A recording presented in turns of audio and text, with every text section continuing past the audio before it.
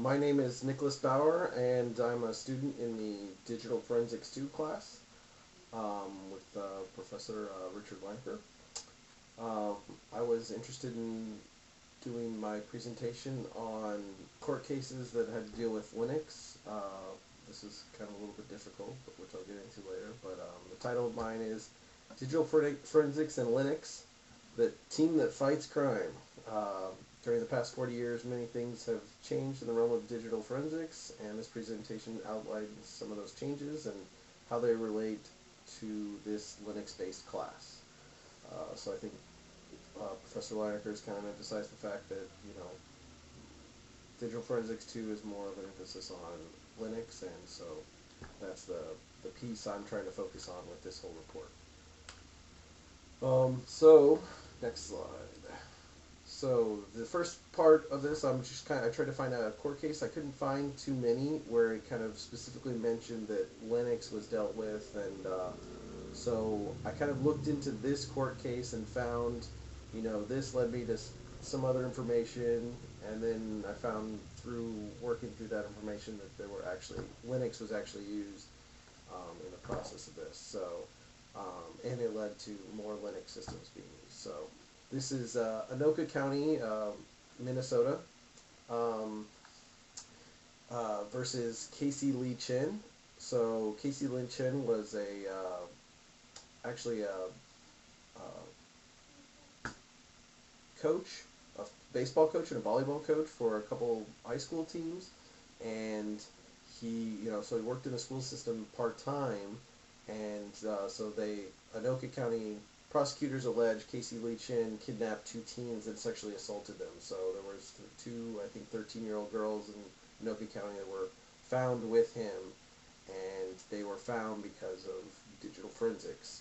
So I quoted the Star Tribune, which also quoted one of the commander of the case, that saying that missing girls case was solved by a detective in the lab, not any field work or eyewitness accounts. It was digital forensics, and his name was Paul Sommer.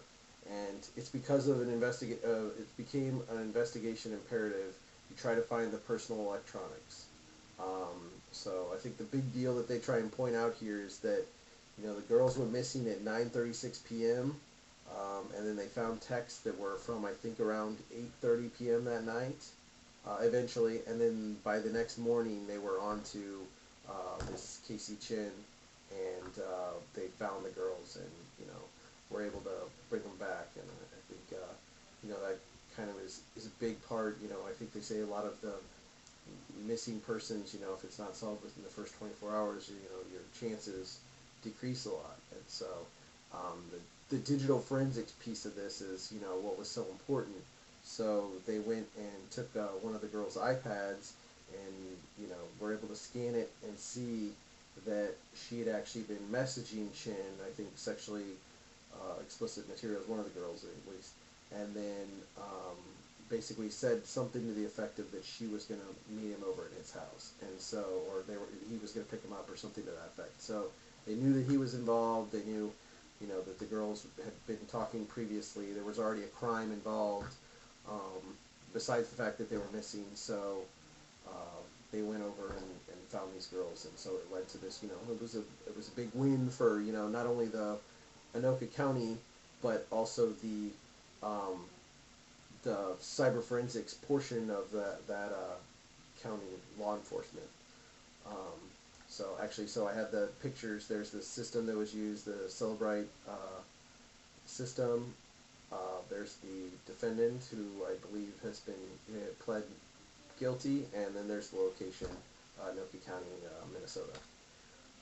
So one of the big things about this case is, Anoka County, and so this is some of the people from the sheriff's office, and they have what one article I read said that 17 detectives work digital forensics investigations, which I thought was kind of interesting. I mean, I'm not sure the size of the city or whatever, but that just kind of goes to show you this just one county has like a lot of people involved in this, and they said that two of the 17 were added this year, so that's growing in numbers, obviously, kind of a big deal.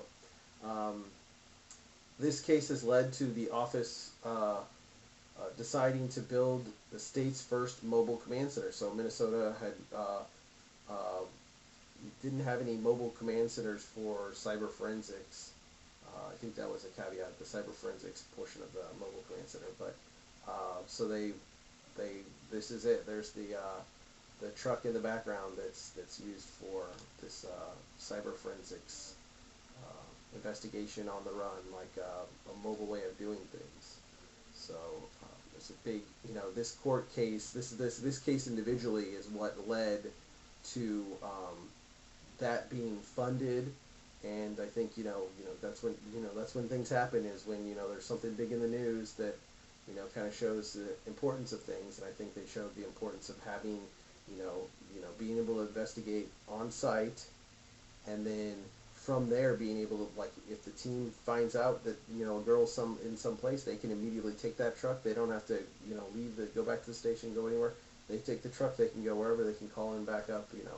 That's what they can do. So that's an important part of their thing. So Anoka County Digital Forensics, once they started off realizing this is so important, I think one of the officers wrote a paper that basically got used and said, hey, we could do this cyber forensic system in a enclosed, like basically an ambulance. So they got a 20-year-old ambulance donated to the sheriff's office, and then they turned it into this state-of-the-art mobile digital forensics lab. And so that was, a big part of it. And so the lab utilizes some of these Cellebrite products, among others, and which I noticed use Linux not only for the GUI portion, because it's a little handheld device, it's got the Linux there, but also it uses Linux for the back end stuff, like the database of all the either the files or how the report's created. So here's a few of the different tools. I just mentioned a couple. There's the Cellebrite UFED analytics software and the ULED Touch, which you can see in this picture here, where he actually has it connected up to a phone. And so that device can connect to, I believe, like quite a few phones, if not all phones. It looks like it has, I've seen a couple of connectors, and it looks like it's got RJ45 on one end, even though it's, probably, it's not Ethernet, it's just an RJ45 connection, and then on the other end is whatever device you need. So they have one that connects to iPhones or tablets. They have the older iPhone. They have micro USB, USB-C. Some of the more proprietary ones for some of the older phones.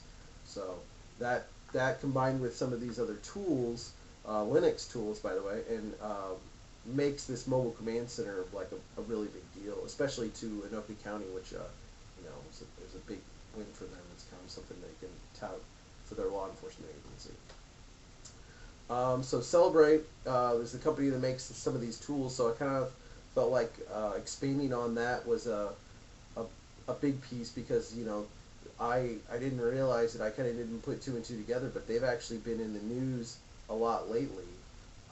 So when I was kind of researching some of their products to figure out, are they Linux or not, which they are, I saw, a bunch of news articles, current events, and then not, maybe year-old events. And I think, specifically the San Bernardino terrorist attacks, the concept of privacy became a hot topic in the area of digital forensics. That was kind of a big deal. And I know originally they talked to Apple and tried to get Apple to write code that would allow Apple phones to be hacked, more specifically the one of this San Bernardino terrorist.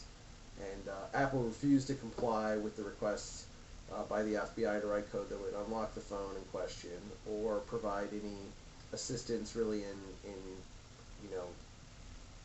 undermining the security of their products.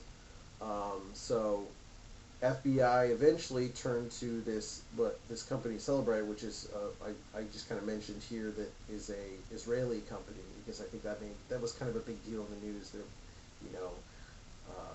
that it was an Israeli company, it was a foreign company, the FBI working with a foreign company to get things. I mean, it's an international world, but it was kind of an interesting caveat to that story. But they had a lot of experience in breaking into these phones, and they knew what they, how they could do these sorts of things and be able to extract the information that the investigators wanted without issues with the fact that they couldn't unlock the phone.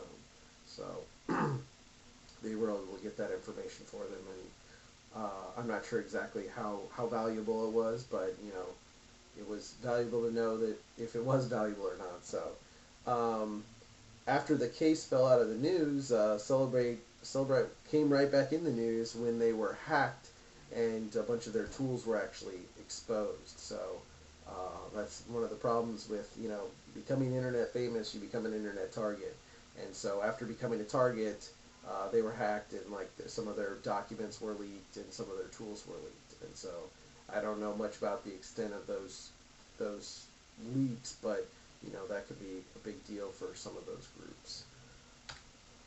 Some of the Cellebrite tools, so I thought I'd expand a little bit on the Cellebrite tool set. So they originally launched in December of 1999 with a tool that was only designed to transfer the contents of an address book from one phone to another. So I mean, they started small. They started, it was like I kind of imagine it's like a little mom and pop shop looking to try and make devices that, you can take your address book from one cheesy little flip phone to another. So they kind of had to make interfaces for each one, not only physical interface, to connect it like with the dongle, probably proprietary at that time, which most of them were, and then be able to understand the information provided by that phone, and then be able to take that information, convert it, and transfer it to another phone. It's almost like a gateway in some sense. So they also have this UFED Pro system, an add-on to the UFED that does something called physical extraction, which siphons data directly from a phone's flash memory chip. This can include deleted SMS text messages, call histories, as well as data collected by the phone and app that the user is unaware is being collected. So this is from an Intercept article. I copied a little snippet there. So I think the big part is this kind of concept of logical versus physical extraction. Earlier I was talking about the FBI interested in getting access to the phone. Well, access is one thing, but having an actual physical extracted data, unmodified data, the pure data that's been, hasn't been changed by anybody, that's more valuable in a court case situation. Now, the logical data makes sense in a, trying to figure out things that are, like where we need to know where those girls were during the court case. But also, like having a physical extraction if you need to have proof that that's the case, then they do physical extraction through using the recovery mode on, for instance, I think I included a link of a video of them putting an iPad into recovery mode and then directly copying all the data from the flash memory. And I thought that was fairly interesting because you're using kind of this, way that Apple does things to, for their intent, like backup and stuff like that, and they're using it to, grab that data and use it for whatever they need it for. So if you check out click that link, you can kind of see a video. I'll include that in my, I'll send that up with my submission. So Cellebrite's decision to make it court friendly, I think at one point, they've slowly expanded scope of what they do, and I think they've really gotten into, like right now they've really gotten into kind of a niche market.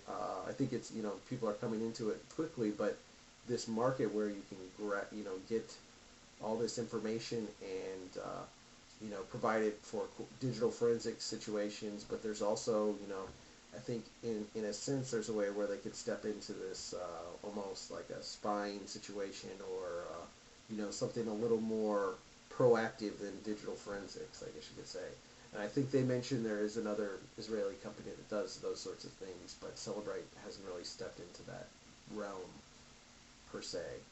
But I quoted the Intercept again with they had a great article. Their article was really good, but I just grabbed a few little comments in there, and says the method worked well with generating investigative leads, but extracted data wasn't forensically sound to serve as evidence in court, which we've talked about in class how that's a big deal in both this class and the previous class. So customers, Cellebrite won't say which ones, asked for a way to show courts that the data hadn't been altered after it was removed from a phone. Cellebrite only had 18 employees at this time, which you got to think they're pretty small. I think they're now at almost like over 500.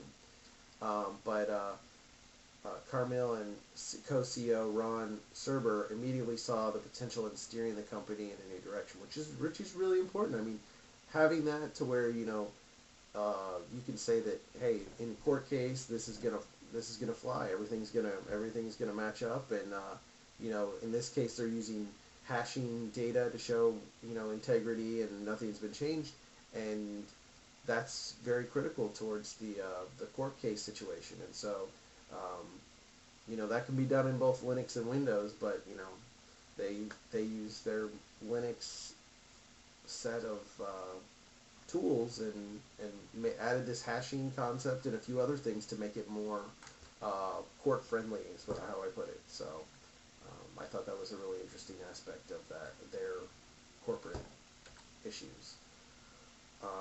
After that, I was kind of looking around at some of the other tools. I found a few like big, full-blown forensics tools that I thought I could maybe find court cases with.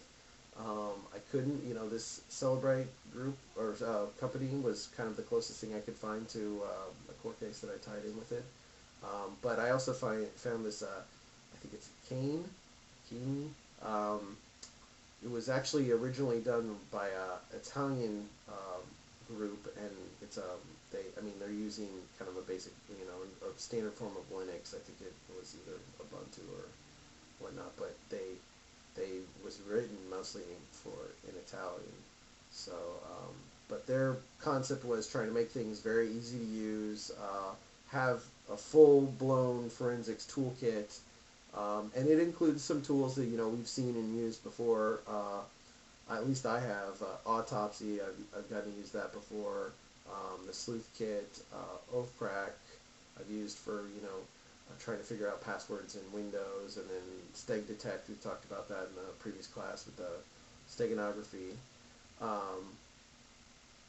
And one of the big pieces to it too, it also creates these semi-automatically creates reports, and so I think that's kind of a big part of how those things go. You want things to be as seamless as possible, as easy to use as possible, because a lot of times the people that are actually using them, as much as they need these extensive computer knowledge, they don't want to have to dig in deep and figure out these things when you can just make it a lot easier. So you can kind of, I don't want to say dummy down, but you can make it easier for certain individuals to do these sorts of objectives or whatnot.